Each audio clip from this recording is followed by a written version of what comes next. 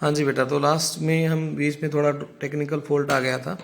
देखो, तो हम ये हमारे पास क्वाड्रेटिक इक्वेशन बन गई थी L into D Q square by D T square plus Q by C. तो हमने क्या किया, इसको एल से डिवाइड कर दिया, क्योंकि जनरली आपको पता होगा हमारे पास कोई अगर ऐसी इक्वेशन है 5x square plus 2x plus 5 is equal to 0 और इसका करना हो हमें रूट्स बनाने हो तो 5 से इसको क्या करते हैं, डिवाइड करते हैं, यानी यहाँ पर 2/5 और ये 5/5 इस तरह से यहाँ यूनिट बनाते हैं। अभी ठीक ऐसे ही यहाँ पर करेंगे। यहाँ पर मैंने इसको L से डिवाइड कर दिया तो ये बनेगा D Q square by D T square plus Q by L C is equal to 0। ये हमारे पास आ गया, ठीक है ना। अब आपको पता होगा omega naught square is equal to क्या था, 1/L सी था, ठीक है ना। ओमेगा नोट स्क्वायर जो था वो किसके किसके बराबर था, 1/L सी। तो ओमेगा की वैल्यू क्या हो जाएगी, यहाँ पर ओमेगा की वैल्यू हो जाएगी 1/√L सी। अगर यहाँ पर वैल्यू रखना चाहें तो क्या हो जाएगी, D Q square by D T square plus यहाँ पर हो जाएगा आपका omega naught square into Q is equal to 0, ठीक है ना। तो हमारे पास एक्चुअली आपको निकालना होता है यहाँ पर फ्रीक्वेंसी, ठीक है ना। यहाँ पर एलसी ऑक्सीलेशन की आपको फ्रीक्वेंसी निकालनी होती है। देखो मैंने फिर से बता रहा हूँ क्या किया हमने, इंडक्टर और ये कैपेसिटर था, केवीएल लगाया, पोटेंशियल ड्रॉप यहाँ कैपेसिटर के अक्रॉस निकाला इस फॉर्मूले से, इंडक्टर के अक्रॉस निकाला ई इज इक्वल टू, ये तो आपको पता ही है, ठीक है ना, E is equal to L D I by D T होता है, ठीक है। दोनों का सम कर दिया। उसके बाद यहाँ पर मैंने आई की value D Q by D T put की, माइनस इसलिए लगाया क्योंकि करंट चार्ज कम हो रहा है, ठीक है ना, इसलिए माइनस साइन लगाया। उसके बाद एल से डिवाइड कर दिया इसको, क्योंकि इसको यूनिटी बनाना था। तो ये बन गया आपके पास क्वाड्रेटिक इक्वेशन आ गई। अगर आप देखो यहाँ से एलसी ऑक्सीलेशन में पूछा क्या जाता है कि फ्रीक्वेंसी निकालो, तो फ्रीक्वेंसी का मतलब क्या है, हमें ओमेगा यूज़ करना पड़ेगा। तो ओमेगा की वैल्यू तो हमारे पास आ ही चुकी है, ठीक है ना। ओमेगा को क्या लिख सकते हैं हम, 2πf is equal to 1/√L C। तो फ्रीक्वेंसी कितना हो जाएगा, 1/2π√L C, ठीक है ना। इस तरह से हम ये फ्रीक्वेंसी एलसी ऑक्सीलेशन की फाइंड आउट कर सकते हैं, ठीक है ना। अच्छा, एक और चीज़ मैं आपको बताता हूँ, हम इसको मैं ये भी पूछ लेते हैं आपसे कि मैकेनिकल एनर्जी जो है, या सॉरी यहाँ पर जो एनर्जी है एलसी ऑक्सीलेशन की, वो कंजर्व है या नहीं है, ये प्रूव करो। कंजर्वेशन ऑफ एनर्जी, देखो conservation of energy in LC oscillation, ठीक है ना। एलसी ऑसिलेशन में एंजल कंजर्वेशन ऑफ एनर्जी हमें प्रूव करना है। तो बेटा देखो, जो हमारे पास टोटल कैपेसिटर की जो एनर्जी थी वो कितनी थी, 1/2 क्यू स्क्वायर बाई सी। अगर इंडक्टर की एनर्जी की बात करें तो वो कितनी थी हमारे पास, 1/2 Li स्क्वायर। आप इसको ऐसा भी लिख सकते हो UB, और इसको ऐसा लिख सकते हो UE, क्योंकि ये इलेक्ट्रिकल एनर्जी है और ये मैग्नेटिक एनर्जी है, ऐसा भी लिखा जा सकता है। तो टोटल एनर्जी क्या होनी चाहिए, कांस्टेंट होनी चाहिए, ठीक है ना। टोटल एनर्जी क्या होनी चाहिए, कांस्टेंट, तभी हम कह सकते हैं कि हाँ हमारी एनर्जी कंजर्व है, ठीक है। तो चार्ज की बात करें तो मैक्सिमम चार्ज कितना होगा, Q note cos omega T, ठीक है ना। अब आपके दिमाग में क्वेश्चन आया होगा कि यहाँ पर कोस क्यों लिया, साइन क्यों नहीं लिया, क्योंकि इनिशियली हमारा कैपेसिटर चार्ज था, फिर वो डिस्चार्ज हुआ था, फिर वो अपोजिटली चार्ज हुआ था, अपोजिट डायरेक्शन में चार्ज हुआ था, फिर वो फिर से डिस्चार्ज हुआ था, और फिर से वो क्या हुआ था, उसी डायरेक्शन में चार्ज हुआ था। तो ये कर्व कैसी है हमारी, कोसाइन कर्व है, इसलिए मैंने क्या लिया, Q is equal to Q naught cos omega T लिया, ठीक है। अच्छा, इसके बाद चार्ज की वैल्यू आ गई हमारे पास। ये मैंने क्यों लिया, क्योंकि यहाँ चार्ज की वैल्यू पुट करनी है और यहाँ पर करंट की। तो करंट की वैल्यू भी निकाल लेते हैं, वो क्या होगी आपके पास, D Q by D T होगी, जो कि क्या बन जाएगा, Q naught omega minus sine omega T. यहाँ साइन कैसा आ जाएगा, माइनस का साइन आ जाएगा, ठीक है जी। बस अब ये पुट कर देते हैं यहाँ पर इसमें, ठीक है। देखो टोटल एनर्जी क्या होगी, UE प्लस UB, ठीक है। तो 1/2 क्यू स्क्वायर, क्यू स्क्वायर का मतलब क्या है, Q नोट का square cos square omega T by C, ठीक है। और ये हो जाएगा आपका half L I square. I square का मतलब क्या है, इसका स्क्वायर, तो माइनस का स्क्वायर तो प्लस हो जाएगा, ठीक है। ये बनेगा आपका ओमेगा स्क्वायर Q नोट का स्क्वायर और ये साइन स्क्वायर ओमेगा टी, ये आ गया। ठीक है, अब इसमें से हम हाफ क्यू नोट कॉमन ले सकते हैं। यहाँ पर मैंने हाफ और ये क्यू नोट स्क्वायर क्या कर दिया, कॉमन ले लिया। तो यहाँ पर क्या बना, कोस स्क्वायर ओमेगा टी, सी दोनों में नहीं है, बाय सी, प्लस यहाँ पर क्या हो गया आपके पास, हाफ और ओमेगा स्क्वायर कॉमन हाफ और क्यू स्क्वायर कॉमन ले चुके हैं। तो यहाँ क्या बचेगा, L omega square sine square omega T. ठीक है, ये बच गया हमारे पास। ठीक है ना, हाफ। अब देखो एल की आप इस वैल्यू पुट कर सकते हो यहाँ पर ओमेगा की, ओमेगा स्क्वायर अभी हमने लिखा था क्या होता है, 1/LC के बराबर होता है। तो यहाँ पुट कर देते हैं, ओमेगा स्क्वायर की जगह मैंने लिख दिया 1/LC। तो L से L क्या हो गया, कैंसिल। ठीक है ना, अब ये C कॉमन आ जाएगा, तो ये क्या हो जाएगा 1/2 क्यू नोट स्क्वायर बाय सी। अंदर क्या बचा, कोस square omega T plus sine square omega T, जो कि क्या होता है आपका 1 होता है। तो 1/2 Q naught square by C into क्या आ गया, 1 आ गया। और यही आपके पास ये क्या है, एनर्जी ऑफ कैपेसिटर है। तो यानी एनर्जी क्या है हमारी, कांस्टेंट है। ये हमें प्रूव करना था, कंजर्वेशन ऑफ एनर्जी। ये इलेक्ट्रिकल एनर्जी, ये मैग्नेटिक एनर्जी। चार्ज हमने लिया Q naught cos omega t. Sine क्यों नहीं लिया, क्योंकि पहले हमारा कैपेसिटर चार्ज था, फिर डिस्चार्ज हुआ था, फिर अपोजिटली चार्ज हुआ था, और फिर डिस्चार्ज हुआ था, और फिर से पॉजिटिवली चार्ज हुआ था, इसलिए कोस कर्व बन रही थी, इसलिए कोस लिया। ठीक है, करंट निकाला, इसका डेरिवेटिव किया, फिर टोटल एनर्जी का सम किया, जो कांस्टेंट ले रहा था कॉमन था वो कॉमन ले लिया। उसके बाद यहाँ पर वैल्यू पुट करी, omega square is equal to 1/LC। फिर ये बन गया sine square theta plus cos square theta 1, जो कि आ गया आपके पास कांस्टेंट। ठीक है, अच्छा आप चाहो तो इसको कंपेयर भी कर सकते हो, मैकेनिकल ऑक्सीलेशन को और इलेक्ट्रिकल ऑक्सीलेशन को, या मैकेनिकल सिस्टम और इलेक्ट्रिकल सिस्टम को कंपेयर किया जा सकता है। मैकेनिकल सिस्टम और इलेक्ट्रिकल सिस्टम, आप दिख रहा होगा। ठीक है, मैकेनिकल सिस्टम और इलेक्ट्रिक सिस्टम। ठीक है ना, मैकेनिकल सिस्टम में जो मैकेनिकल एनर्जी थी वो क्या थी, half kx square plus half mv square. ठीक है, और यहाँ पर जो एनर्जी है, टोटल एनर्जी, वो क्या है 1/2 Q square by C plus 1/2 LI square. ठीक है, तो यहाँ पर जो काम चार्ज का है, सॉरी यहाँ पर नहीं यहाँ जो काम डिस्प्लेसमेंट का है, ठीक है ना, डिस्प्लेसमेंट जो कि x से रिप्रेजेंट कर रहे थे, यहाँ पर वो काम कौन कर रहा है, चार्ज कर रहा है। इक्विवेलेंट की बात कर रहे हैं भाई, इसमें क्या, इसके इक्विवेलेंट क्या है यहाँ पर। ठीक है ना, यहाँ पर जो काम मास का है, ठीक है ना, वो यहाँ पर किसका है, इंडक्टेंस का है, इंडक्टेंस का है। आप मैच कर लो, फिजिकली मीनिंग मैच करो। मास यहाँ पर किसके लिए होता है, इनर्शिया के लिए होता है ना, जो उसकी मोशन का अपोज करता है। अब इंडक्टेंस भी क्या करेगा, उसके अंदर फ्लो होने वाले करंट का अपोज करेगा, इसलिए मास और इंडक्टेंस इक्विवेलेंट है।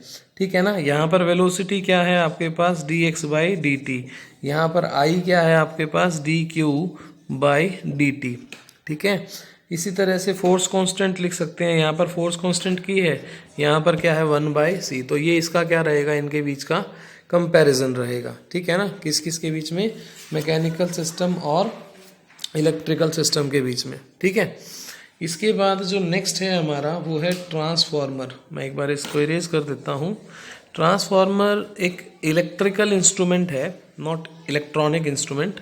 ये एक इलेक्ट्रिकल इंस्ट्रूमेंट है आपका, देखो लिख देते हैं यहाँ पर ट्रांसफॉर्मर। ठीक है, इलेक्ट्रिकल इंस्ट्रूमेंट है ये, इलेक्ट्रिकल इंस्ट्रूमेंट। ठीक है, जो क्या करता है, हाई वोल्टेज, आपने high voltage as a input दिया और एज अ आउटपुट आपको लो वोल्टेज मिलेगा। ठीक है, या आपने low voltage as a input दिया तो आपको एज अ आउटपुट जो है, एज अ आउटपुट जो है वो हाई वोल्टेज मिलता है। ये इसका काम है। ठीक है ना, दो तरह का होता है ये, स्टेप डाउन ट्रांसफॉर्मर भी बोलते हैं इसको, और स्टेप अप ट्रांसफॉर्मर भी होता है। ठीक है ना, स्टेप अप लो इनपुट दिया, हाई आउटपुट मिल गया। स्टेप डाउन हाई इनपुट दिया, लो आउटपुट मिल गया, तो ये स्टेप डाउन है और ये स्टेप अप है। इस तरह से हमारे पास दो ट्रांसफार्मर होते हैं, दो तरह के होते हैं। सॉरी, प्रिंसिपल की बात की जाए तो प्रिंसिपल क्या होता है इसका, म्यूचुअल इंडक्शन। ठीक है ना। यानी आपके पास 2 कॉइल होंगी, एक कॉइल में आप करंट पास कराओगे, जो नेबरिंग कॉइल होगी उसमें करंट इंड्यूस्ड होगा, ठीक है ना। ये तो सिंबल होता है आपका म्यूचुअल इंडक्शन का। ये सिंबल किसका है? म्यूचुअल इंडक्शन का, ठीक है ना। ऐसा बिल्कुल नहीं है कि इस कॉइल में करंट पास कराया था हमने तो इसमें सेल्फ इंडक्शन नहीं होगा। डेफिनेटली इसमें सेल्फ इंडक्शन भी होगा, पर उसके साथ साथ जो नेबरिंग कॉइल है इसमें भी ईएमएफ इंड्यूस्ड होगी और इसके अंदर फ्लो होने वाले करंट का क्या होगा? अपोज होगा, ठीक है ना। तो यहाँ पर 2 तरह की कॉइल्स होती हैं। जो ट्रांसफार्मर की अगर मैं बात करूँ तो यहाँ पर 2 तरह की कॉइल्स होती हैं। एक तो होती है आपकी प्राइमरी कॉइल, ठीक है, और एक होती है आपकी सेकेंडरी कॉइल, ठीक है ना। एक होती है प्राइमरी कॉइल और एक होती है सेकेंडरी कॉइल। तो प्राइमरी कॉइल वो होगी जिसको हम इनपुट प्रोवाइड करा रहे हैं, जिसको हम इनपुट प्रोवाइड करा रहे हैं, यानी जो भी हमने पोटेंशियल लगा रखा है, जो भी हमने इनपुट वोल्टेज देनी है वो कहाँ देनी है? प्राइमरी कॉइल को देनी है। और सेकेंडरी कॉइल कौन सी होगी? जहाँ से हम आउटपुट लेंगे, जहाँ से हम आउटपुट लेंगे, ये इनके नाम है, ठीक है ना। अगर टाइप की बात करें ट्रांसफार्मर की, तो एज पर देयर डिज़ाइन, उनके डिज़ाइन के अकॉर्डिंग 2 कैटेगरी हैं। एक होता है कोर टाइप और एक होता है आपका shell type. Shell type, core type में क्या होगा कि एक बड़ा सा आपके पास इस तरह की रेक्टेंगुलर शीट होगी और उनमें दूर दूर यहाँ प्राइमरी कॉइल लगी होगी और यहाँ सेकेंडरी कॉइल लगी होगी। शेल टाइप में क्या होता है? एक ही आपके पास अरेंजमेंट होता है, ठीक है ना, यहाँ बीच में कहीं, और इसी पर प्राइमरी भी होती है और इसी पर सेकेंडरी भी होती हैं। दोनों एक दूसरे पर ओवरलैप्ड होती हैं, आप ऐसा कह सकते हो, ठीक है ना। समझ आई बात। अब वर्किंग की अगर बात करें, देखो पहले मैंने आपको बताया कि ट्रांसफार्मर करता क्या है, उसके बाद मैंने ट्रांसफार्मर का प्रिंसिपल बताया, उसके बाद मैंने ट्रांसफर की टाइप बताई ट्रांसफार्मर की, उसके बाद मैं बता रहा हूँ कि by according to their design ये 2 तरह के होते हैं, कोर और शेल टाइप। अब मैं आपको बता रहा हूँ वर्किंग। तो होगा क्या कि आपके पास प्राइमरी कॉइल में आप करंट प्रोवाइड कराओगे, ठीक है ना, और उसकी वजह से सेकेंडरी कॉइल में ईएमएफ इंड्यूस्ड होगा, ठीक है ना। सेकेंडरी कॉइल में ईएमएफ इंड्यूस्ड होगा, जिसकी और अगर कोई लॉस नहीं है, loss is equal to zero, loss is equal to zero, तो जितना प्राइमरी कॉइल में ईएमएफ इंड्यूस्ड हुआ था वो सारा का सारा कहाँ पहुँच जाएगा? सेकेंडरी कॉइल में, अगर किसी तरह का कोई लॉस नहीं है तो, ठीक है ना। ये एक इम्पॉर्टेंट बात है, अगर कोई लॉस नहीं है तो जितना ईएमएफ इंड्यूस्ड हुआ था वो कहाँ जाएगा? सेकेंडरी कॉइल में ईएमएफ जाएगा, ठीक है ना। अब इसका मैंने वो अप और डाउन बताया था, वो मैं आपको बताता हूँ वो कैसे पॉसिबल है, ठीक है ना। अभी तक मैंने बताया कि लॉस अगर नहीं है तो, ठीक है ना, तो जो प्राइमरी कॉइल में ईएमएफ इंड्यूस्ड होगा, जो प्राइमरी कॉइल में ईएमएफ इंड्यूस्ड होगा वो क्या होगा? N1 d∅ by dt। N1 minus sign आता है यहाँ पर, ठीक है ना। जो ईएमएफ है वो rate of change of flux होती है विद रिस्पेक्ट टू टाइम। इसी तरह से सेकेंडरी कॉइल में जो ईएमएफ इंड्यूस्ड होगा वो भी क्या हो जाएगा? d∅ by dt। कन्फ्यूज मत हो, दोनों जगह फाई क्यों लिया है? क्योंकि मैं ये मान के चल रहा हूँ कि कोई भी लॉस नहीं है। अब ये बात तो पक्की है, प्राइमरी कॉइल में जो ईएमएफ बनेगा वो उसमें प्राइमरी के नंबर ऑफ टर्न्स होंगे, सेकेंडरी में जो ईएमएफ बनेगा उसमें सेकेंडरी के नंबर ऑफ टर्न्स होंगे, ठीक है ना। अब अगर इन दोनों को डिवाइड किया जाए, इक्वेशन 1 और इक्वेशन 2 को डिवाइड अगर किया जाए तो क्या मिलेगा हमें? E1 by E2 is equal to N1 by N2। बस यहीं से एक स्टेप अप और स्टेप डाउन बनता है। कैसे? अगर ऐसा हो कि N1 तो ज़्यादा हो और N2 कम हो। अगर N1 बड़ा है तो इसका मतलब ईएमएफ, इनपुट ईएमएफ ज़्यादा है और आउटपुट ईएमएफ कम है। इनपुट ईएमएफ कम है, सॉरी ज़्यादा है और आउटपुट ईएमएफ कम है, क्योंकि E1 किसके लिए था? प्राइमरी कॉइल के था, और E2 किसके लिए था? सेकेंडरी कॉइल के लिए था। तो हमने ये कौन सा हो गया? अब ये स्टेप डाउन हो गया। ये कौन सा हो गया? स्टेप डाउन हो गया। क्या हो गया? Step down transformer. करंट से भी रिलेट करूंगा इसको। अगर ऐसा होता कि N2 बड़ा होता N1 से, N2 बड़ा होता N1 से, तो उस वक्त क्या हो जाता? E2 बड़ा हो जाता किससे? E1 से। अब E2 के बड़े होने का मतलब क्या है कि हमें आउटपुट ईएमएफ ज़्यादा मिल रही है और इनपुट ईएमएफ क्या है? कम है। तो ये क्या हो जाता आपका? स्टेप अप, ठीक है ना। अगर मैं आपको एक चीज़ बताऊं कि पावर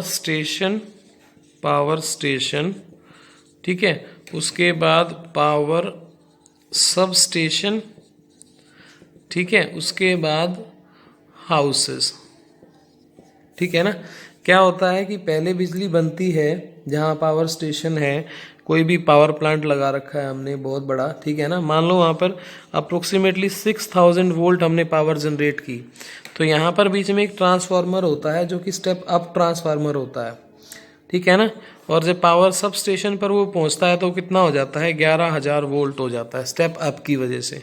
फिर उसके बाद यहाँ पर हम एक और क्या लगाते हैं, सब स्टेशन होता है यहाँ पर, पावर सब स्टेशन जब आगे घरों तक सप्लाई करता है, ठीक है ना, तो यहाँ पर क्या लगाते हैं, स्टेप डाउन लगाते हैं। और स्टेप डाउन की वजह से घरों पर कितनी पहुँचती है, 220 वोल्ट पहुँचती है, ठीक है ना, कंज्यूमर तक। पहले अप किया उसको, फिर डाउन किया, इवन इतना 11000 से 220 डाउन नहीं होता, बीच में एक और भी होता है, एक बार और ये डाउन आता है, ठीक है ना, एक बार और डाउन आएगा 11000 से, और फिर फाइनली ये हाउसेस तक ये बिजली पहुंचती है। तो इस तरह से इलेक्ट्रिसिटी का ट्रांसमिशन होता है, ठीक है।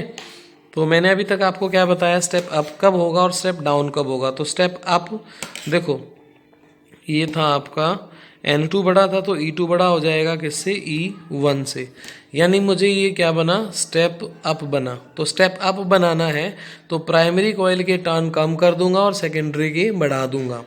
स्टेप डाउन बनाना है तो प्राइमरी के कम सेकेंडरी के कम रखेंगे, प्राइमरी के ज़्यादा रखेंगे, ठीक है ना। आप ये याद रखो, कोई दिक्कत नहीं है, इजीली हो जाता है, ठीक है ना। और अगर पावर की बात की जाए, क्योंकि यहाँ पर लॉस नहीं है, ऐसा हम मान रहे हैं कि लॉस नहीं है, तो जो इनपुट पावर होगी वो किसके बराबर होगी, आउटपुट पावर के बराबर होगी। अब पावर कितना होगा, E1 I1 is equal to E2 I2, ये होता है। तो यहाँ से क्या बन जाएगा बेटा, E1 by E2 is equal to I2 by I1, ठीक है ना। इक्वेशन 2 एंड इक्वेशन, या इसको 4 ले लेता हूँ, और इक्वेशन 3, अगर इन दोनों को मैं कंपेयर करूँगा तो यहाँ से क्या लिखा जा सकता है, E1 by E2 is equal to N1 by N2 is equal to I2 by I1, ठीक है ना। तो अगर स्टेप डाउन है, देखो अगर स्टेप डाउन है तो N1 की वैल्यू कम है, N1 की वैल्यू कम है यानी कि इनपुट EMF कम है और आउटपुट EMF, स्टेप डाउन है ये आपका, स्टेप डाउन में E1 की वैल्यू ज़्यादा है, सॉरी, ठीक है ना, E1 की वैल्यू, यस, इनपुट EMF ज़्यादा है और आउटपुट करंट भी ज़्यादा है, ध्यान से देखना, इनपुट EMF भी ज़्यादा है और आउटपुट करंट भी क्या है, ज़्यादा है। यहाँ पर स्टेप अप में क्या हो जाएगा, आपके पास आउटपुट EMF ज़्यादा हो जाएगी और इनपुट करंट क्या हो जाएगा, कम हो जाएगा। तो इस तरह से आप करंट और EMF को भी रिलेट कर सकते हो यहाँ पर, ठीक है ना। तो ये रहा आपका, यहाँ तक हो गया ट्रांसफार्मर के बारे में।